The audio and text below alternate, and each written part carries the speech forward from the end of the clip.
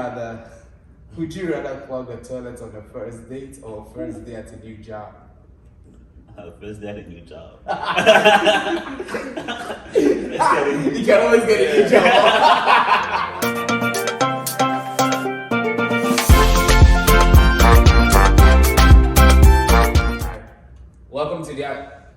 Welcome to the African Wise Food Podcast. I'm King D, the one and only, and I'm here with my brothers. And it's your boy DK, the best among the rest. And today we have a very amazing guest. We have a master on the keyboard and the guy who will not make you go broke. We have Sam G. The money man. The money man.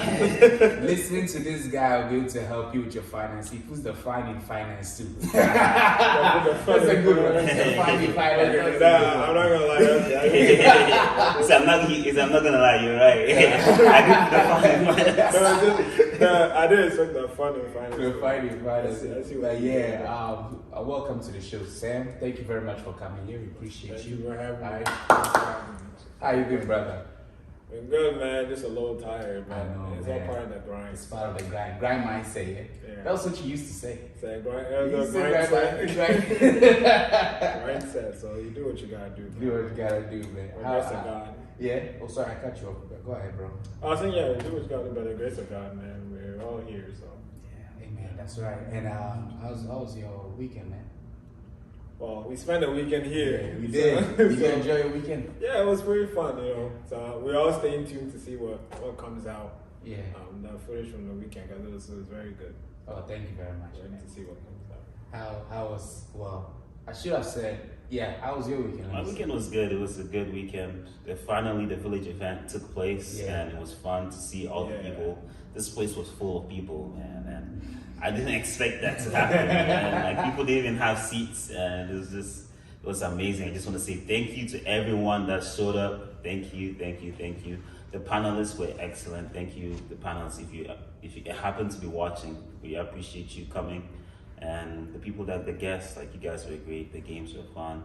Just socializing and seeing everyone, the people that actually listened, that showed up, you know, it was great to see you guys here. Hey. I'm not gonna lie, I was a little nervous, like, people watching us talk, man. It didn't feel like the natural. It didn't feel like the natural podcast vibe, bro. Like, it felt like a performance for real. Bro, that's why I kept my words down to 100. Like, you can't go above 100 words. I'm not gonna lie, that speech that Derek was giving after that speech was killing me. Because you ask a question and you'd be like, right? And everybody was looking at him like, so are we supposed to answer the question or are we supposed to keep listening? Bro, as long as we went through, man. As long as we got it through, don't worry, I'm gonna do it right next time. Hey, I'm glad we're gonna do our podcast live all the time, man. I'm just saying. Oh yeah. That was alright. When Derek started, was making so. Then after a certain point, he lost. I was like, yo, are we still talking about the same thing or have we changed? Oh wait, are you like right here? Yeah, when you were right here.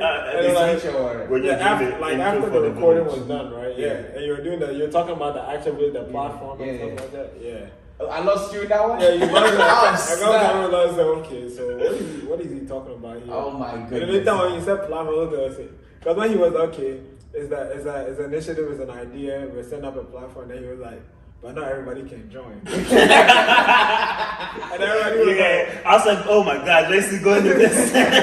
But you got what I was doing. Yeah, I did go with it. Yeah, I was like saying that you cannot join if your mentality is one who does not want to see African people succeed. You know, that's basically the village platform. If you have the mentality that you want to see your brothers and sisters succeed, you're more than welcome to join us. But if you just want to see just you, nah, man, we don't accept such Africans no more.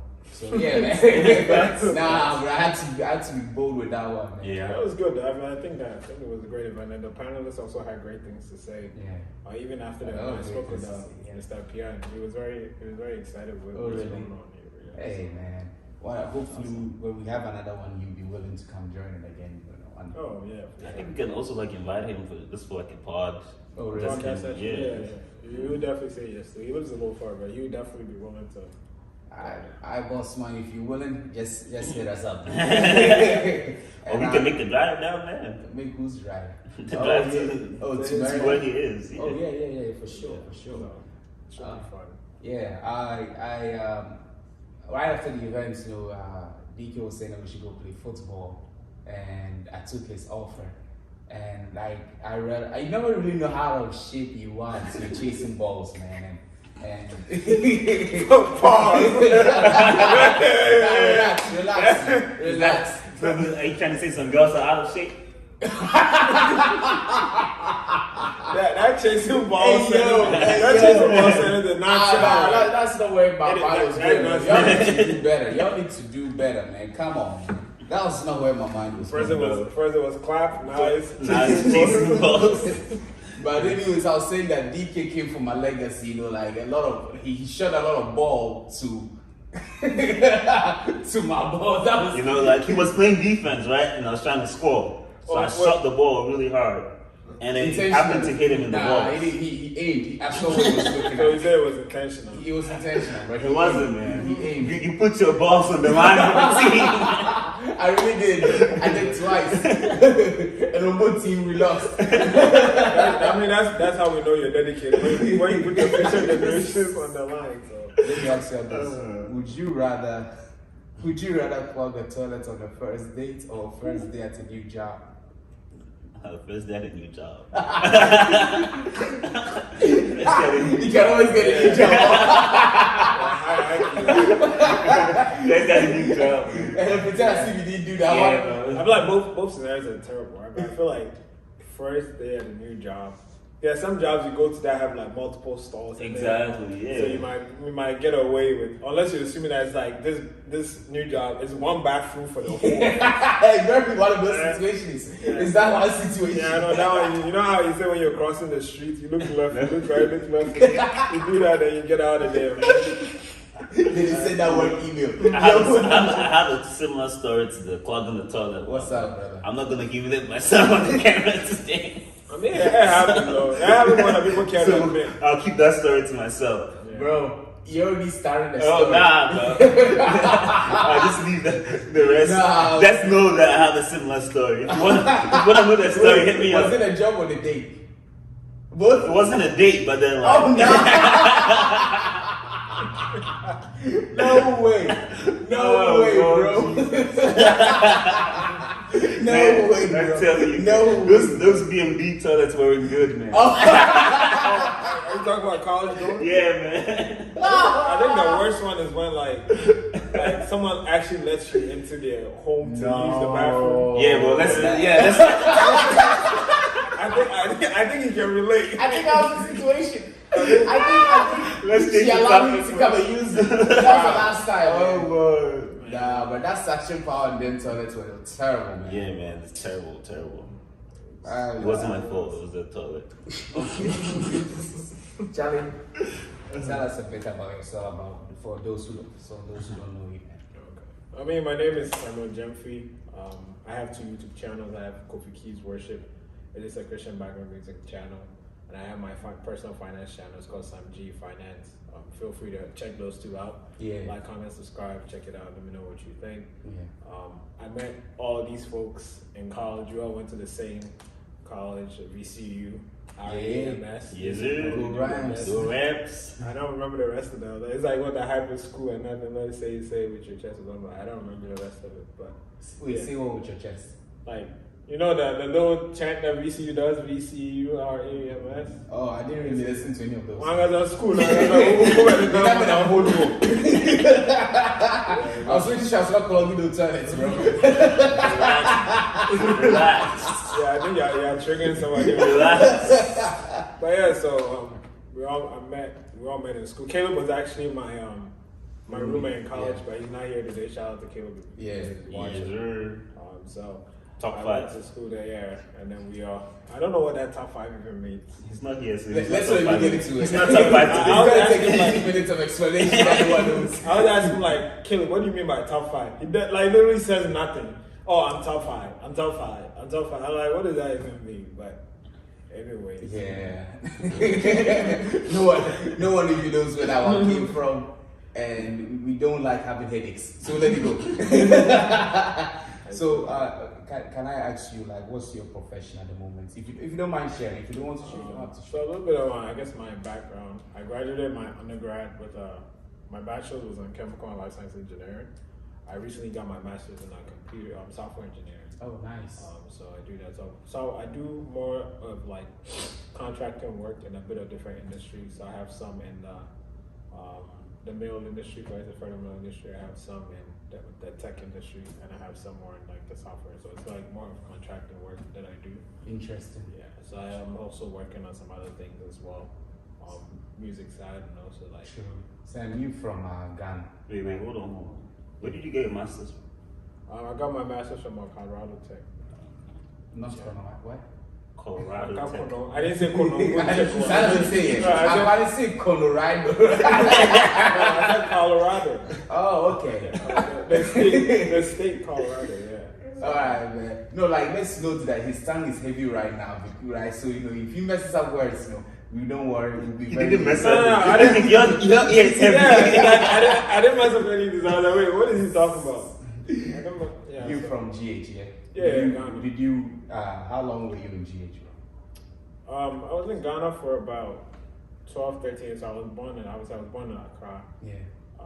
My whole family were from Branga Afro. So, yeah, we're from Branga Afro, so. And when you came here, did you feel, say, like the burden of having to be successful? Or was it heavy, or was it easier for you when you came to the States? I mean, I think like all like immigrants that come into this country, right? Whoever brought them here, whether it's your parents, your uncles, your aunties, they brought me here. Okay, what is this place, right? Right. How does the system work? How do people function in this place? How can I be successful? So those are the kind of questions that you start asking yourself when you're here. And sometimes you don't find the answer to that until like maybe you're in like college, maybe you graduated college, and before you try figuring that stuff out. So it takes time. It takes time. Yeah. Did you also have that some experience with it? About figuring out about when you carry the burden of success, and do you feel like it was heavier or easier when you came to the States? I mean, the thing is, I feel like we always had that. I always had that burden to be successful, but then you just didn't know how to navigate it. Like you thought you were on the right path. You know, you thought you were doing everything that you needed to do. Yeah. Until you realized that, oh nah, I wasn't even close to it. That's some painful realization. And it's usually just because of lack of knowledge, because we're a different society, and we. From back home, what we know is work. If you work, you're gonna reap the benefits, and you're gonna be successful. So when we come here, we try to replicate that same mentality, and we find out that, man, after all the work that you're doing, like that's not all that's needed to get to where you need to be. So it's like you said, it's a harsh way to learn, but I mean, we're learning so we can teach our kids younger brothers and sisters. Exactly. So it's a learning process. How did y'all cope with? If it was ever heavy, how did you cope with it? Like when the burden of success, how did you cope with the burden of success when it got heavy? I mean, for me, I guess in a more practical sense, it was just to try to be as diligent as I could, whether it was with like schoolwork, whether it was serving at church, whether it was just volunteering, just trying to be productive with my time, and also just be serve wholeheartedly, because I knew that like I didn't necessarily know that what I was going to do in that time, or specifically what I have to do in 60, but I knew that in doing these things, I will ultimately come across that thing that I feel like I can do, that little niche that I can cut off out of the American pie for myself to kind of work and be successful in. So you will get services to man who will help you to find your way and be able to figure out what you're trying to do. Is that what you're saying? Right, and a bit of like immersion through like experiential learning to see how things work and how to, I guess, solve certain things.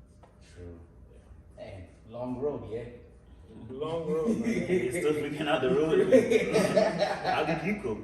I just anime man. Wait. How did anime help you cope? No, is it just like a stress reliever, or like stress reliever, man? It just sometimes you just wanted to turn your brain off, and it was a good area for me to just, So I mean, African child, I did become a doctor, lawyer, engineer, and so I found myself within the field of medicine, and I was just able to move on forward with it. And whenever the burden of the stress dawned on me, I had to let myself know that a lot of people wish they would have the opportunity that I had. I mean, I have.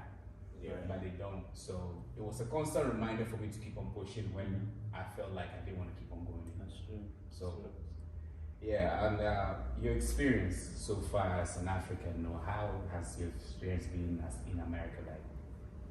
I think it's been like every other immigrant. I think equal opportunity, but that doesn't necessarily mean equal outcomes. Right?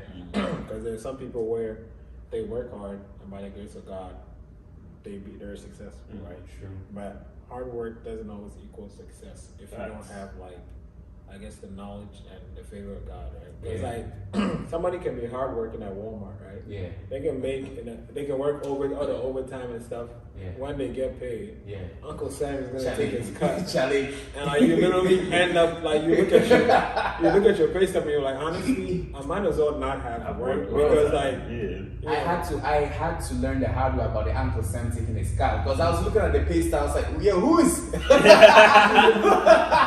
who are these people? Who states? Who's who is Social Security and when did they work these 40 hours with me? The part that hurts is when they show you how much you could have made, the gross income. Yeah. That one hurts you so much. I wish you didn't even show me that part. Facts. And then you see the net income, and you see, yeah, the sun is working with me I think today. there's this saying that like in this life there are two things that are certain. What? Like death and then taxes. Oh, no. There's even Can't skip it. There was even, I think a year or so ago, there was, you know how to do this Powerball, like the Powerball lottery? Yeah. This guy won 1 billion, right? Mm. And then somebody posted on Twitter was like, congratulations to the IRS for winning $638 million in the Powerball lottery because they'll tax it. And like, it's crazy to me that like, they just taxed like over 60%. That's how much they tax for his. Yeah, they Wait, but I thought. Wait. How much are they normally? for lottery, like Yeah, for gambling, how much are proceeds, so yeah. they tax a huge amount. They tax Sometimes a huge amount. they tax over 50. Dang. Yeah. So they'll say it on like But I mean, if you get that 40%, like that 4, I mean, yeah, that's still yeah, money. that's valid, right? But they'll say like you won 1 billion. Yeah. Oh, okay. Yeah, okay, they okay. took like They put a target on you though. Yeah, they put a target on you for doing it. Now you have your family, your aunties, your uncles calling you, your in-laws calling When you. you 1 billion, I wish you. I don't know. Make it sound like you won all this money. Yeah. Assimilating into the American culture, did you all find it easy, or was it just going to school and started with your fake accent and all of a sudden fake it till you make it kind of scenario? It's like you know my life, man. From the day that I came here in 2011, so I came here April 23rd. True. It was like 6 a.m. I was at Dallas, Mm.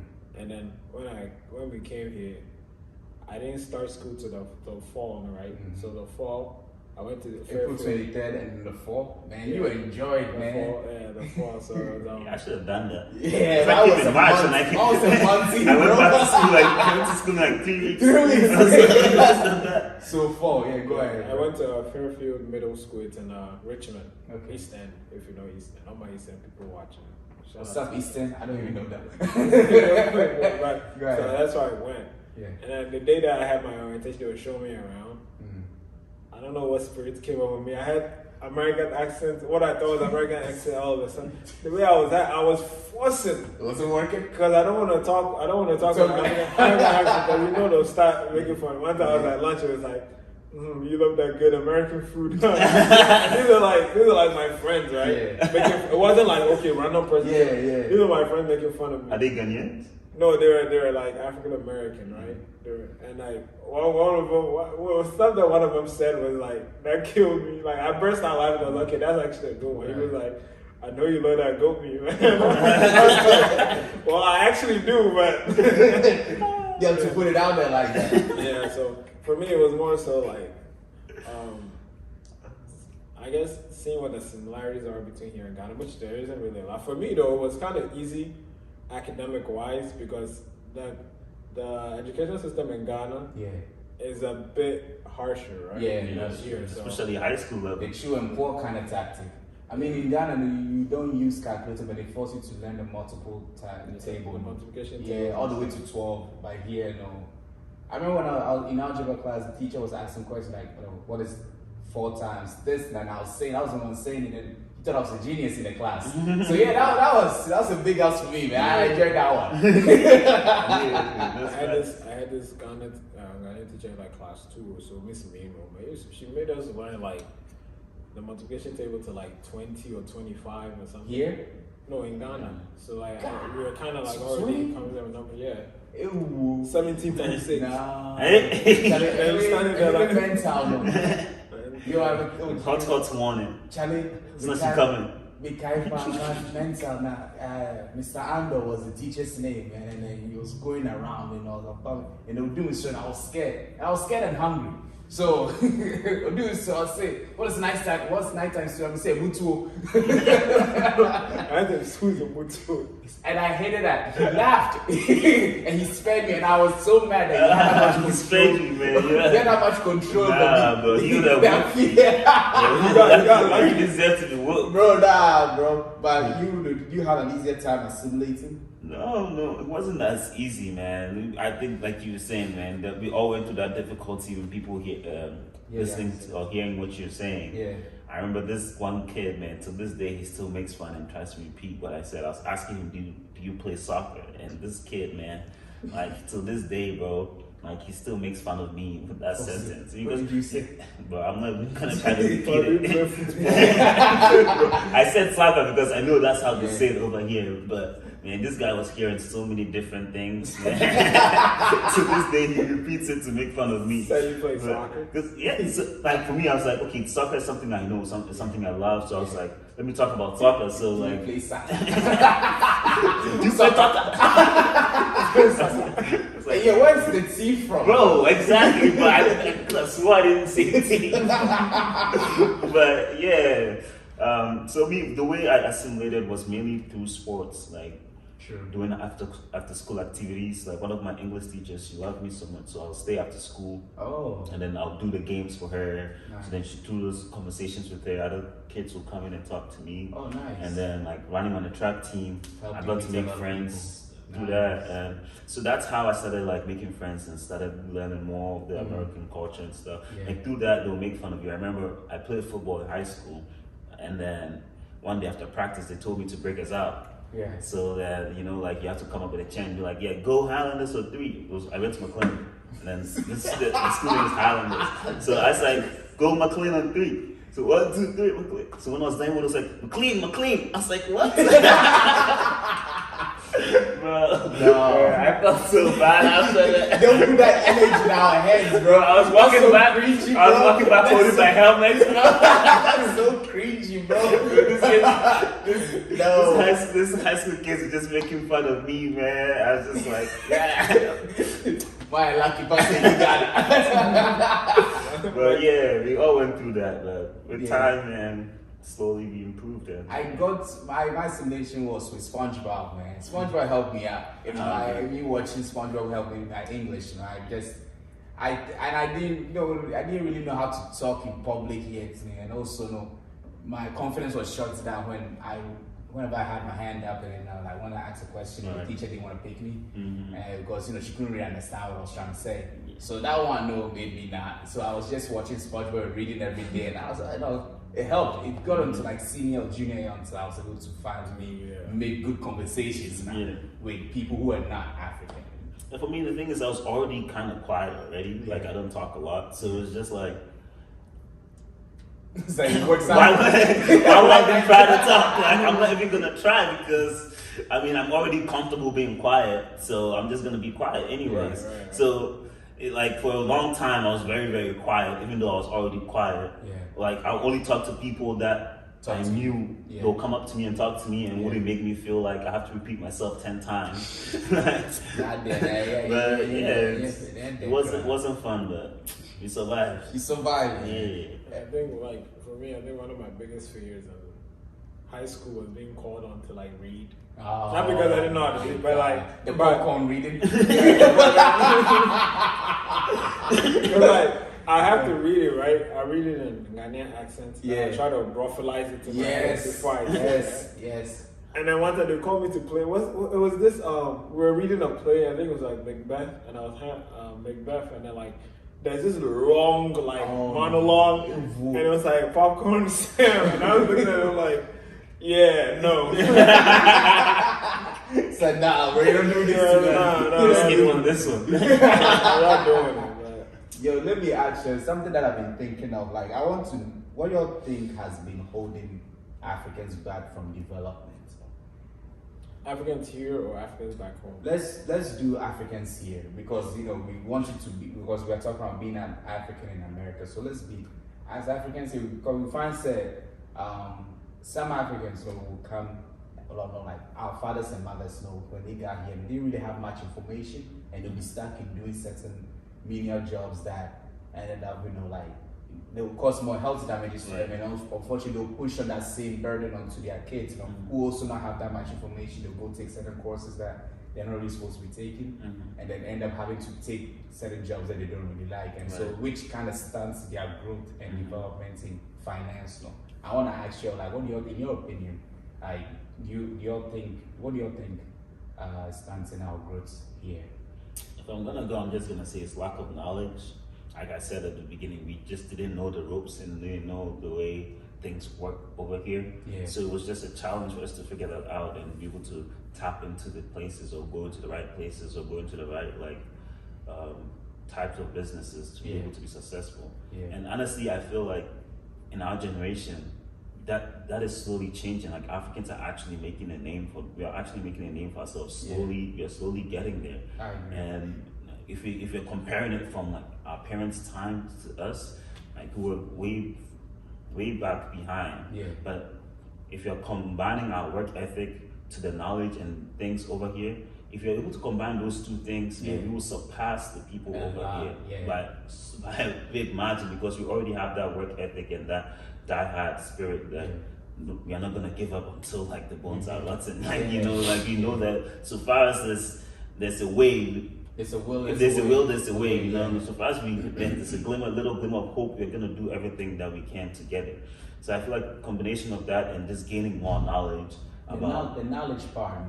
Is, I mean, they say knowledge is everywhere. Is there a reason why we can't tap into this knowledge that's everywhere? I would say it's, if you're being real, go ahead. The knowledge part, even if you say like other black people over here, some of those people don't even have access to that knowledge. That's true. So that knowledge is sometimes it's not like it's just there in public where everybody can tap into. You have to have a certain exactly. There's a certain way, or there's certain places that it is that we have to go in. Like someone said the other time, like if you hide it in the book, a black man is not gonna see it. That's very well stated. But go ahead. And it's true too. Yeah, that's the second time I've heard that. That's true. And it's sad, but I've heard that all my life. and the funny thing is that used to be when I was young, because I didn't like reading. I didn't like reading, and the number of books my mom got me to read I never read, but now I've been doing audiobooks, so slowly but surely they're getting knowledge from here, listening to podcasts, listening to other people talk, getting advice from other people, having mentors and learning from them. They don't have to be African, they can be African American, they can be white people that have done certain things that you can look up to. That's true. So we can learn from those people, and then we can bring it into our culture. And like I said before, if we combine it to our hard work and our work ethic, we can definitely make it. I agree. Like do you agree with him on what he said? Yeah, I definitely agree with what you were saying. I think there's something to be said for I mean, of course, we see what our parents do, or the way they're always enduring, being resilient, and we learn that to some extent, I guess, in our own ways too. It's like schools or whatever we're trying to pursue. But I also think that, like Daniel was saying, there's been a lack of information for a certain time. But I think as we're growing, I think we have to start taking responsibility to start searching for that information. Right? Of course, you're not necessarily going to find exactly what you're looking for, but it's always going to lead you down a path of eagerly seeking it. Because our parents, they did what they could do, right? Yeah, they did. They set the foundation that we were supposed to also build upon, so then our kids can also build upon it. So that's true. That's how you build generational wealth, right? So I think as they've done what they could, right? And so what can be said for us is that we also have to actively seek out that information, because I mean, the information is not gonna come to you. And one thing I love that on the village, the elder said that wait, he's an elder, right? Yeah, he is. Yeah, just making sure he's an elder. What's that talking? They're saying that like he thinks of like, especially with mentoring, he thinks of it like offensive and defensive. Yeah. That's the whole essence of like mentorship. If you're seeking information, you go on the offensive to actually seek out people. Yeah. Seek out people who are places where you might want to be. Seek out people that are doing things that you might be interested in doing in the future. Yeah. And then try to learn from them, right? Mm-hmm. And then they'll play defensive, see like, is this person really like about what they're coming to me for? They're just hitting me up like LinkedIn people just LinkedIn. Yeah. So, but do you all think that when I know I do understand when you seek you shall find, but when we ask our own people, are we willing to give up that information to people who look like us? Do you think that's also the reason why sometimes it's hard to find information? Like someone we need to go to, let's say church for example, has a lot of information on on your program, but it's not willing to give you that information because he or she believes that you also have to suffer just as much as they did to get to that. Do you think that's also the reason? I mean, there's that. Like, I think there's that narrow mindset, but there's also people where.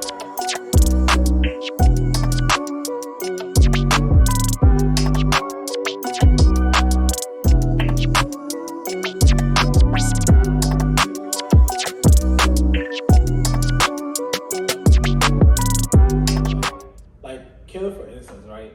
That when we were in school, there were many times that myself and Caleb, right, people would come asking about, even when we graduated, people would come asking about certain majors, about certain things, about career paths, and like with just school, the academic curriculum and stuff. We would tell them like, hey, do this, do that, right? They won't do it. Right? You won't even hear from them again. Exactly. And later on, they'll come like, oh, I changed my major, or I did this, or I did that. Yeah.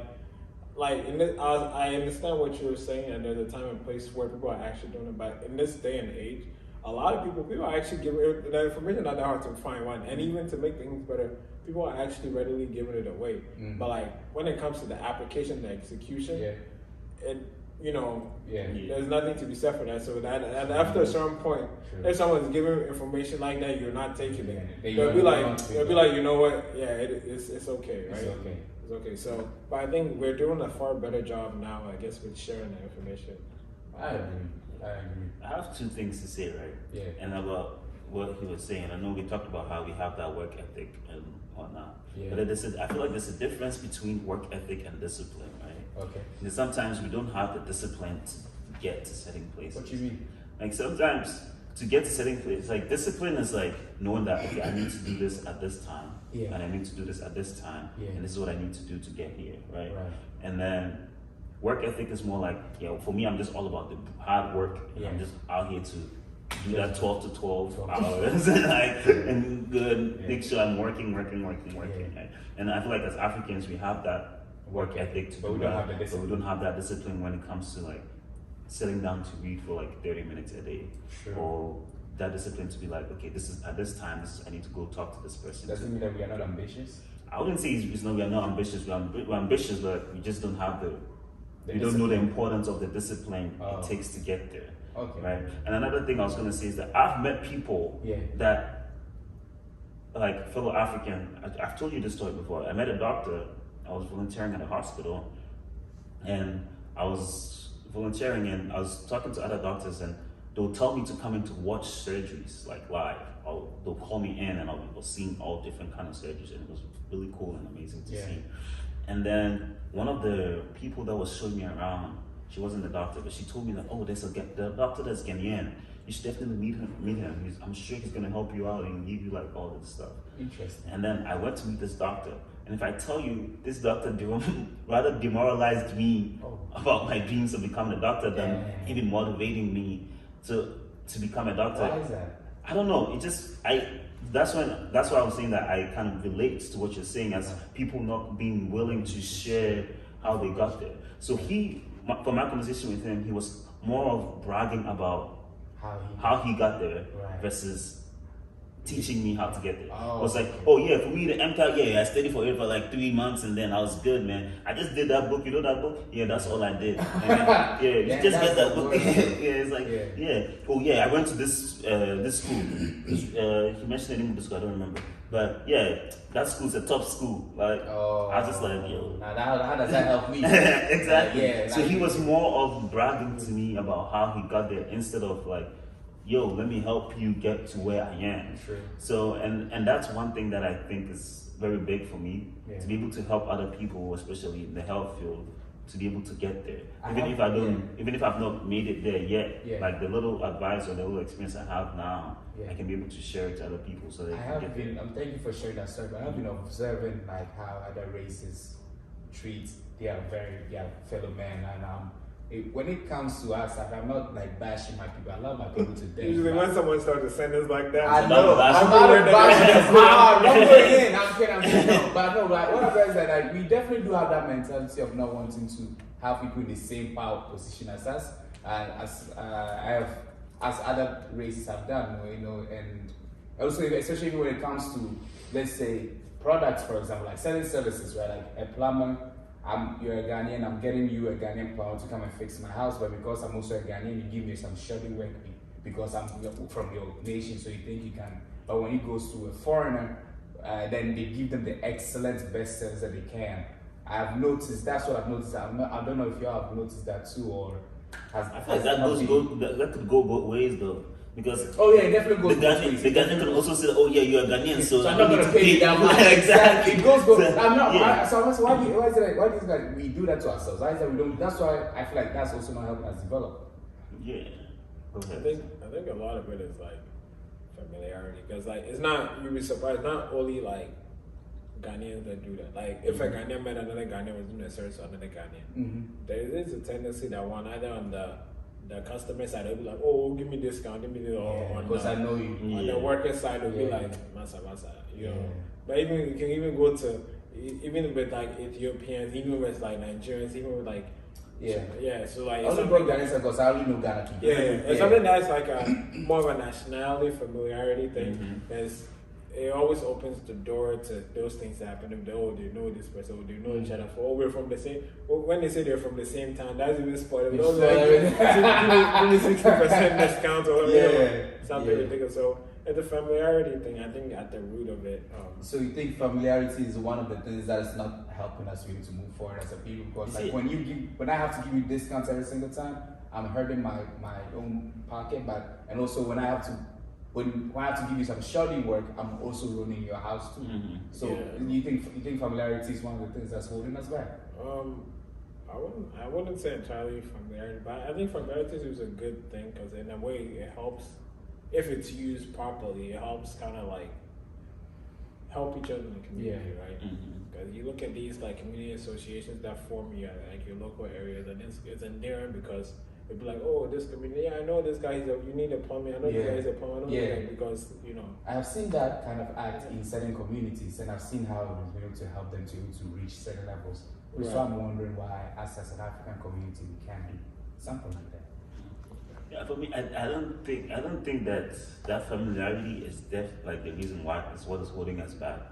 Because, like someone said, I feel like the familiarity, if anything, it's easier for that to propel us forward, because we have that familiarity, like, oh, this is a Ghanaian, so let me go out there and go do that work for him, I mean, for me personally, I'm sure when I used to work as at Safeway as a cashier, anytime a Ghanaian walked in, I talked to them, and I took my time with them, and I had that conversation with them, like, it's a saying, like, try to speak tree with them and smile with them and stuff. So I feel like in that sense, I was more willing to go beyond for them, and I wasn't trying to cheat them or trying to be like, you're Ghanaian, so I don't need to to help you out. If anything, I wanted to do more for them than the other person. So I feel like the familiarity can rather help us, but I feel like in the situation where it hurts us more is when we don't promote each other's businesses, or when we don't help each other's businesses. I've been seeing a lot of that too. So I feel like that's where the problem is more. I mean, sometimes when it comes to like giving someone a discount, I mean, I think that's up to you to do that, right? If the person is even asking for a discount and you say no, you're not going to give them, and they're going to be like, okay, I'm not going to come to you, and I'm going to go to, excuse me to say, a white man to give me to do it for me, and I'll pay a bigger price for it. Then that's your own loss, man. At that point, you're just being, I don't know what you're being. You're just being a hater. I'm hoping that we start investing. Oh, sorry, bro. I'm hoping that we start investing in ourselves as Africans, and we support each other's businesses. That even if this foreigner has much more discounts, you know, because I want to see Africans rise. I know. I'm hoping we abandon that mentality because, bro. Wait. If you look, okay, guys. Can you explain that again? Okay, I just want to make sure I know what you're saying. Oh no, so I'm saying that, like, for example, if you have, like, let's say, a grocery store, like an African grocery store, and there's your next competitor who also has, but he's not African, and when you come in to buy, because you, the African who owns that grocery store, your price is a bit higher, your customer who's also an African is planning on going to your competitor, driving your sales down. I'm hoping that we'll be able to help support each other out. Like, if you're gonna drive it up high, it has to be reasonable high, not necessarily intentionally driving up your numbers, you know, to you know. Yeah, but for me, I'm just saying, like, if the price is better here, I'm not just gonna come here because it's Ghanaian, so I'm gonna. That's true, but I don't think that's fair to think about it. Then the whole business of, like, black empowerment, then we have to start removing that from ourselves if we can't really. No, but I think both of these things can be true at the same time, though. Yeah, there's black empowerment, but you're also looking at the quality of the work that is being done, right? Sure. Just because you're my fellow man or my fellow countryman doesn't mean that you can do your work anyhow and I'm still obliged to come here. That's true. That's true. So there has to be a balance, right? Of course, you want to support, but if the work, you're not satisfied with the work, then you go where you are actually satisfied with it. Because at the end of the day, you as a client, you're paying for it. Yeah, that's true. Why don't they come invest in myself and give me the money what to if pay? When they don't do the job well done, we, you know, like, what's it called? We let them know that this job that you did, you know, was terrible. I still would like to see you, you know, do better. So do better on this work, and then I'll come back to you, so that they know that what they did was not right, so they get better, and then we keep the money within our own community. Yeah, I mean, I think that's a good approach, right?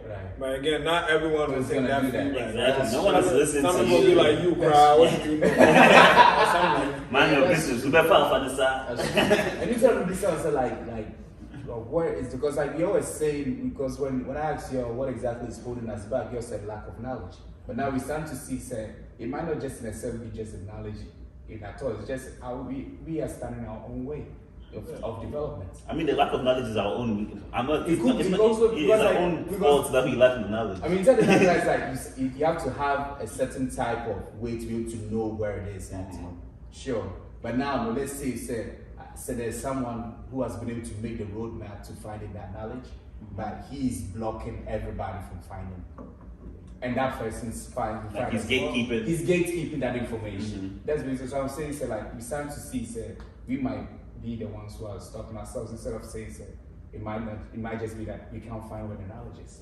And I think the gatekeeping part is, I guess, a decision that is unique to the individual. But at the end of the day, technically, they don't owe you anything, right? Yeah, they've run their journey, and then they've gotten to an answer. Absolutely. And they don't want to share that. That's fine. You run your journey, right? And when you get there, be better. Exactly. You know what I'm saying? So if they don't want to share, they want to gatekeep. That's up to them. That's their prerogative. But you run your journey, because I think a lot of the youth, because we live in an information age, man. So the youth nowadays, man, you don't have an excuse. Like, you won't sit there and then the information is gonna come to you. For your head. You have to, like, if you're making the argument that you don't know where to find it, make that argument while you're actually looking for it. Don't make the argument where you just and then just sit down and not look for it. I don't know where to find it, so I stop. Like, a lot of people now, like, you'd be shocked how many people are terrible with the use of credit cards, and people are terrible with, like, don't know anything about the types of savings accounts you can have, the retirement accounts you can have, like, and these are people that are like, some of these people are even in their 30s. You know, they give them a few.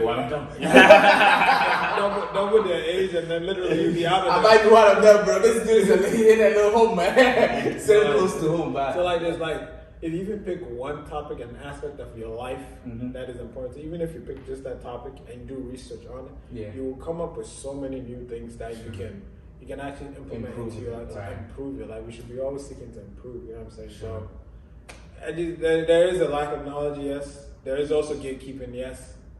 But there are also people that lazy work. They're lazy, like you were saying, with like that's true. We're like the work ethic and discipline too. Like, there are people that actually are not disciplined enough to actually see things through. True. Yeah. When you do that, and I think concerning the supporting community thing, I think there's a different aspect, especially on the customer side, right? I think I will always believe that there's a difference between being righteous and being just. Like being righteous is like, let's say that you're driving me somewhere, right? You don't necessarily know the distance. Yeah. And you're like, okay, you're driving from, let's say, from Woodbridge to Tyson's Corner, right? Right. You don't know the distance. Let's say that you said you charged me $10 because you're not familiar with the area, right? Yeah. Right? It would be righteous of me to pay you $10 because that was the agreement we had. But me being a just person, I know that it's more than $10. This is at least 30 or 40. So at the end of the trip, I give you $40. That's what being just. And a lot of our a lot of our fellow men who are customers, we know that this amount that we're giving this person, it is not the right amount. We are convicted to not give that amount. But guess what? Because we're so pressed in trying to, get a discount or like hold on to our pockets, which it's not even that much in our pockets anyway, right? It's us to do the just thing. We try to do the right thing, right? When we know that it's not necessarily the just thing. So that's one thing that honestly a lot of us have to return on. Like, you know what I'm saying? Pay the fair price for something and just invest in each other. I think that's basically the moral of the story. Pay the fair price and invest in each other. Right. Yeah. It looks like you have one more thing. Yeah, and do good work so that you can deserve the money. Like, you look at your mentor now, you're like, but you have to do your work so me to keep on coming. Exactly. You can't be doing some shabby work and expect me to come and give you my money. Exactly. I'm sorry. I want quality stuff. So if I want quality stuff and you are doing this and say that, this is made in Ghana, I'm sorry, and someone's making it in China is making it better, I'm sorry. I'm not just going to come to Ghana. Yeah, that was a very specific.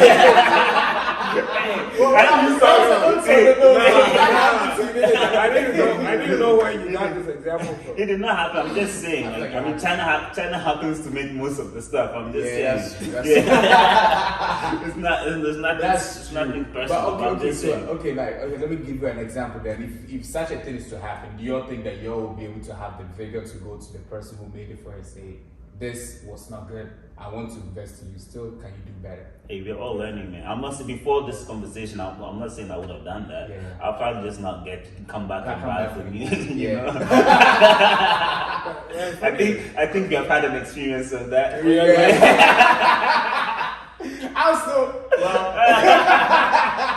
See, now you have to go back and something. I mean, I still do. I've been told that I want to, I don't want to see, because if I say then people don't know. I don't want to. But I did, and then I was thinking like even a month ago that I had a change of mentality because I saw this one video that I forget the gentleman's name, but he was saying that there's a certain community where they practice that kind of thing, where when I come to you for a service, you don't do a good job, I'll come back and say, I want to invest in you, but what the deal we did was terrible. If you don't want me, if you don't want to lose me as a customer, please fix it. And then they do, and they fix it. So the money, you find that the money is always kept because the service you get a good service, I get my good pay cut, and they keep on telling other people about it. So that very person, their business grows and becomes very powerful. And I would want to see that practice within our community too, which was why we decided to present the idea of the village, so that we start investing within our own businesses and holding each other accountable when we are not doing a good job of it. I also wanted to add that, sometimes when we see the bad in someone's business, we shouldn't just go out and just go spread it and just go talk about it. Let's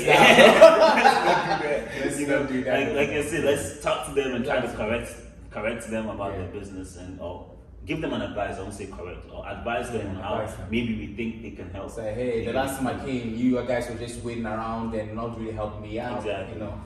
And then instead of maybe you'll be like, just go and tell other next person, that guy's business is terrible. Don't trust Ghana business. Exactly. Only do anybody who's not African business. Because I've been hearing that kind of thing where it's like, when they're trying to find like any contractor, they say, hey, don't trust no black contractors, trust anybody who's outside of that. And I feel like that's very damaging to us. Did you have something to add to that? Yeah, I was saying, like Daniel was saying, man, as long as you put the person out to the side, give them the feedback.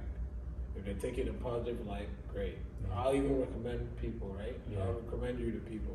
And I see that maybe the feedback that we gave you acted on that, it's good. That means that when you listen to your customers, so if you listen to one customer, that has an issue. Chances are you listen to other customers likely, right? So doing that approach, as long as they take it in a positive light, I think you always be fine. But some people don't, which I mean, then you can be like, if someone else is looking for somebody like, I mean, I used him last time, but I wasn't even listening to it, right? And you're not saying it to necessarily slander the person. You're just saying that like you've used it and you personally didn't like it. Maybe you don't. And you tell them why you didn't like it. It comes out to being just, right? That's true. That's being just. That's right? true. I didn't like it, so and then you just keep it at that. Dude, I know y'all have a good amount of resources. How do y'all think y'all will be able to use your resources to be able to help Africans? I think primarily with the African youth right now, I think a big thing right now for African youth right now is personal finance. African youth friend? No, youth. What is that? African youth friend. Youth? Oh, African. Y-O-U-T. I'll cut this part out. So you say African youth. What is that? Like really just like taking time to actually learn about personal finance, like learning how to budget, learning how credit cards work, right? Like building the discipline to actually learn how to use credit cards, learn about student loans. Let's keep in mind, a lot of you signed off your life in student loans when you were like 17, 18. You didn't even know anything about it, like until like after the fact when you were done. So like learning those things, at least like mentoring younger people in those ages. I didn't sign my life off. Nobody. Go ahead. A lot of people sign their life off. When you think it's all fun and games. What you mean? When the war comes, you know what's interesting? People, when people say they have a refund check, they have a refund check. Student loans, no, they call Cancun. Oh yeah. Some people use it to buy cars and everything. So like I'm like, you know the money is not free, right? Like you hear that they unfroze, they pay like the student loan interest free. So they said now you have to start paying. You have to start paying. So like nothing is there's nothing like a free lunch. Uncle Sam doesn't give nothing free, That's what you need to talk to Uncle Sam to start doing that. He takes for free, but so like learning about these things, learning about these savings accounts, investment, how to just really just be financially literate. I think that's one thing that really helped the African community. Very, very much. It would really help because our fathers and mothers that came here, they're kind of already like used to the 8, 9 to 5 kind of. They're already too old to kind of like plug into the system. But you now have the opportunity of fresh off to actually learn the system. You should take advantage of that and actually learn how the system, learn about taxes, learn about like literally your pay stub, learn what everything on there means.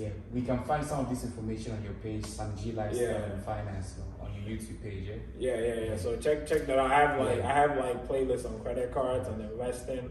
I have a video that's coming out soon on like what the benefits are to leasing a car versus buying a used car versus buying a new car. So I have a bunch of content coming. So it's just good information to at least know at the back of your mind to at least help you in your like both your journey, because a big part of your journey, your life journey, is your financial journey. Absolutely. It makes a difference whether you have a roof over your head or the roof over the head is the sky.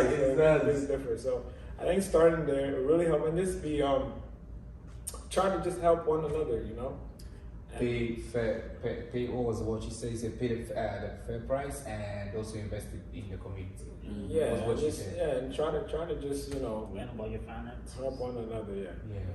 What about you, brother? Like resources that you think you'll be able to use to help?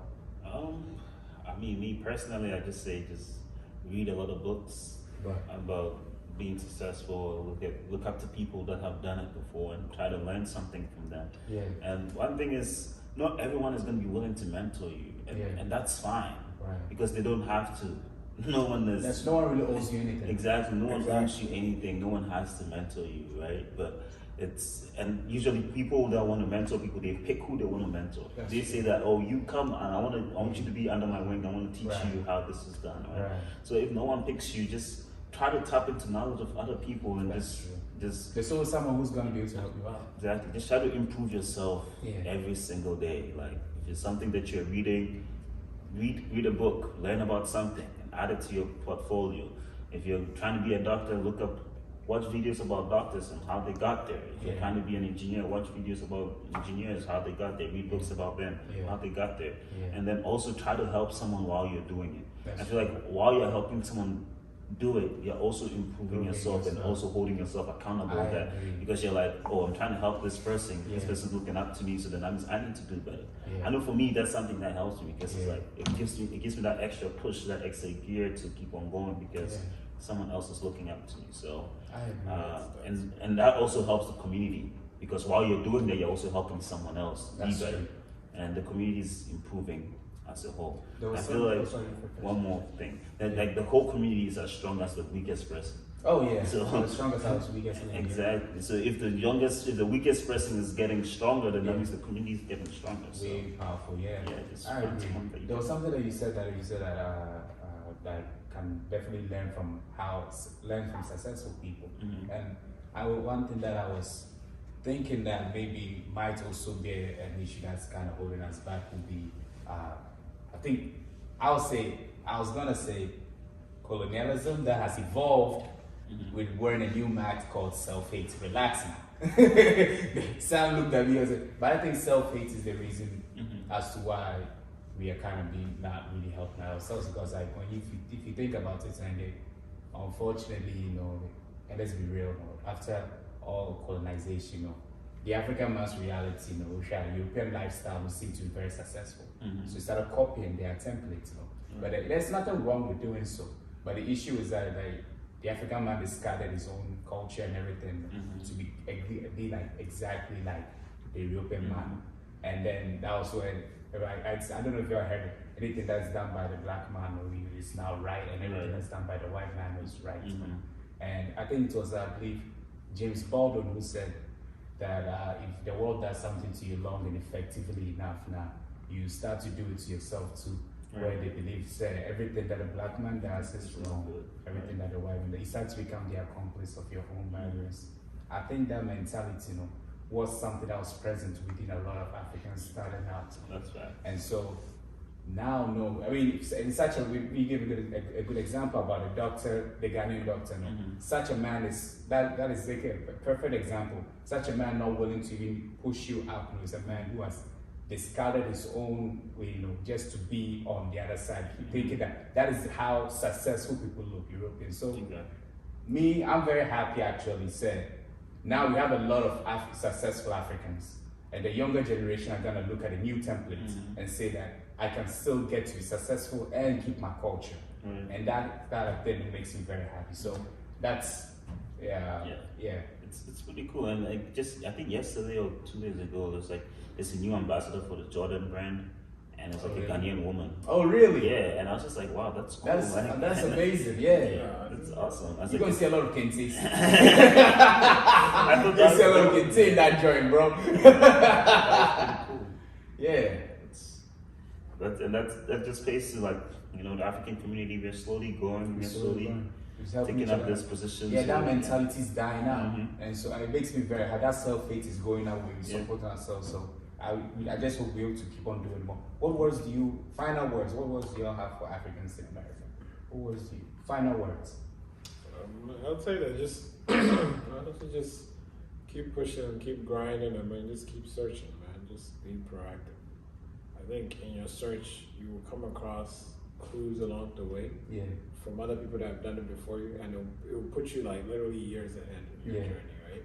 When you have a book that someone wrote about how they found success, they won't necessarily physically mentor you, but you don't have to walk down the path they did, because they kind of sort of tell me what worked and what didn't work. It might be like an overview, or might be maybe watered down, but there are some nuggets of wisdom that you get from it that will help you in your journey, right? So just take the initiative to actually seek out things that can help you better your life, right? So you can always build on the foundation that your parents sacrificed to bring you here for, then you can be much, much better. So if they came here on 1,000 years, you are here as millionaires, your children here as billionaires, so on and so forth, then that kind of thing, That's beautiful. That's beautiful. Thanks, brother. Do you have any final words? For me, I just say have a circle of people that can hold you accountable.